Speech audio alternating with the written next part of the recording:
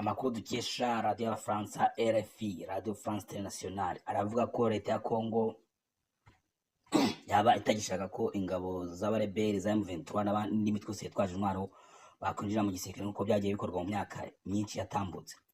Ubwo intambara zabaga kuva ku ntambara ya Kabila afata ubutegetsi, nyuma yaho hajya havuka imitwe itandukanye RCD, MLC, ibyo byose bajyaga mu mishyikirano, bakajya mu mishyikirano za Sun City, mu mishyikirano mu bihugu bitandukanye, bikarangira ingabo za ziri muri iyo mitwe irwanya ubutegetsi zigiye zinjizwa mu ngabo z'igihugu, ndetse n'abaziyoboraga bose bakata bafatiye umwanya mu buyobozi bw'igihugu. Ko tubibutse ko mu myaka za 2001, 2003 na kuzamura hariho muri Kongo hariho perezida witwaga Joseph Kabila, yari yungirijwe n'aba vice perezida bane.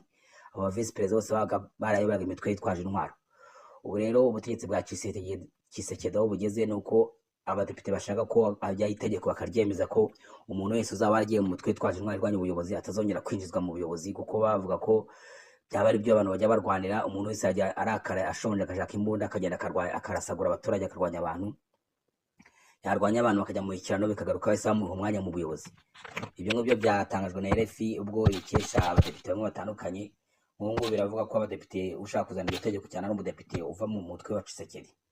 Biravuga ngo nk'uko izo nkuru zo mu Gifaransa zivuga ngo a République démocratique du Congo, ngo muri Repubulika ya Demokarasi ya Kongo umudepite wo mu bari ku butegetsi yatanze igitekerezo cy'itegeko cyavuga ko nubwo bwose amasezerano yo yiduha harimo gutinda, umudepite twa Trésor Lutalo Mutiki avuga ko yasaba ko hagiye itegeko ritegeka ribuza kongera gushyira abari abarebere bose mu gisirikare no mu nzego zose z'ubuyobozi, kuko avuga ko ibyo ngibyo ari ikibazo leta ya Kongo yagize kuva kera, aho urwanya ubutegetsi wese aba ashaka ko birangira akatajya mu buyobozi. Akaba avuga ko ibyo ngibyo rero bitagomba kubaho mu mategeko atanze inteko ishinga amategeko igomba kwigaho. Iyo Trésor Lutalo umudepite aravuga ava mu ntara ya Mwenga ahari imirwano, aho ingabo za M23 AFC zafashe. Akaba avuga ko uwo aturuka muri izo rebelle, akavuga ngo izo rebelle no serve ali, akavuga ngo ibyo nyizo nyeshyamba ntacyo zimaze uretse gusa kuza kugabana aho akoresha mu Gifaransa ijambo ngo superteger le gâteau du pouvoir, bivuga ngo kugabana umugati w'ubuyobozi. Akavuga rero niba umuntu wese uzajya urwanya ubuyobozi agira gusa azafata umwanya, ibyo ni ukuvuga ko baba nta kintu kizima barwanira uretse gusa kugira ngo barwane ngo babone ubuyobozi mu myanya mu buyobozi bw'igihugu. Akaba umudepite Trésor Mwenga nk'uko n'abandi badepite nabo benshi bose, ariko benshi bakaba bavuga ko bava mu buyobozi bw'ishyaka riri ku butegetsi rya Tshisekedi. Akavuga ngo kuva mu masezerano ya Sun City mu 2002 ahagiye hashyirwa abari mu ngabo zirwanya ubutegetsi bagashyirwa mu buyobozi no mu ngabo z'igihugu, ntacyo byamaze, kuko n'ubundi nyuma y'imyaka izi ntambara zakomezaga. Avuga muri 29 Marisi 23 z'ukwa gatatu 2009 amasezerano yasinywe hagati ya Congrès National pour la Défense du Peuple CNDP na guverinoma y'icyo gihe. Yateganyaga ko ingabo zari z'abareberi zari z'inyeshyamba zizajya mu gisirikare no mu gipolisi yaricyo FARDC, ariko ntibigize byubahirizwa kubera ko n'ubundi izo ngabo za M23 zonye zikahita zivuka, hagatavuka n'umutwe wa M23. Ibyo bikaba bivuga ko n'ubundi ntacyo bimaze rero kuvuga ngo urafata abasirikare ngo bari mu bareberi mu nyeshyamba ngo bakize mu gisirikare, kubera ko n'ubundi bajyamo nyuma y'imyaka runaka akavuka undi mutwe, havuka undi mutwe nabo ngo bakajya mu bishyikirano bakajya mu gisirikare, nyuma y'indi myaka akavuka undi mutwe. Akavuga ko ibyo ntacyo byayimariye igihugu, uretse ko ahubwo igikwiye ubu ngubu ni uko uzaba yaragiye mu gisirikare utarakoze byazaza azahita ashyira mu buzima bwa gisivili niba bagera amashyikirano. Naho kuvuga ngo leta ajya mu gisirikare cyangwa mu buyobozi, ajye mu buyobozi yabikoreye, kuvuga gusa azajya muri ko yafashe intwaro, ibyo ntabwo bizongera kubaho. Nibyo bavuze, kuko bavuga ko uwugize umujinya wese yajya ashinga umutwe w'ingabo akarwanya ubutegetsi, yamara kurwanya ubutegetsi bakajyana imishyikirano bakagaruka ajya mu buyobozi.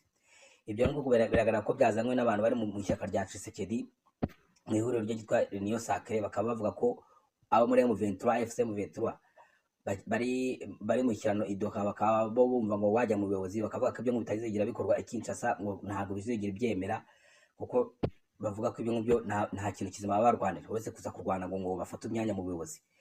Ibi biraba kandi mu gihe imirwano n'uburyo ikomeje mu bice bitandukanye bya Kongo, muri Kivu y'Amajyepfo na Kivu y'Amajyaruguru hose imirwano irahari.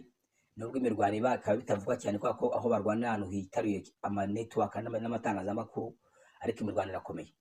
Imirwano iracyakomeye mu mujyi wa Nzibira wereka gufatwa n'ingabo za M23, kandi imirwano irakomeye mu bice bya Masisi na za Rucuru, aho ingabo za M23 mu minsi zagabye ibitero ko n'ingabo za leta zikaba zibigabo buri munsi zikoresha amadrone n'indege. No muri Kivu y'Amajyepfo imirwano iracyakomeje, kuko mu minsi nk'itatu isambutse tubutse ko ingabo za M23 zatangaje ko zasohoye icyiciro cyabo zatozaga b'abakomando bajya ku 9,250. Abasirikare akaba bagaragara mu foto ibikamyo ngo babajyanye ngo ku mirongo y'urugamba, barajya ku mirongo y'urugamba. Kandi n'ubundi imishyikirano iduha ikomeza aho hagati ya M23 na leta, n'indi mishyikirano irimo kubera muri Amerika hagati ya leta ya Kongo na leta y'u Rwanda, aho baganira ku bibazo by'ubukungu, integration regionale ngo y'ubukungu. Ariko mishyikirano ngo bateganya ko abari bari muri izo mishyikirano bagomba gusinya, leta ya Kongo yanze kubisinya kuko Tshisekedi avuga ko hashobora kuba harimo imitego yo gutega igihugu cye akajyanga kubisinya. Inkuru nyamukuru uyu munsi rero akabagezaho ko leta ya Kongo idakozwa ibintu byo kuvuga ngo izongera gushyira abareberi n'inyeshyamba mu gisirikare cyangwa mu myanya y'ubuyobozi. Uzajya bari umureberi wese azajya bagirana imikirano nibirangira asubizwe mu buzima bwa gisivili, n'undi wese niba yakoze ibyaha bihanirwe. Ariko nta mpamvu yo kuvuga ngo uzafata imbunda urasa abaturage, ufata uturere ngo kugira ngo bagushyire mu gisirikare, cyangwa se bagushyire ngo bakugire vice president cyangwa se umuminisitiri runaka. Ibyo ni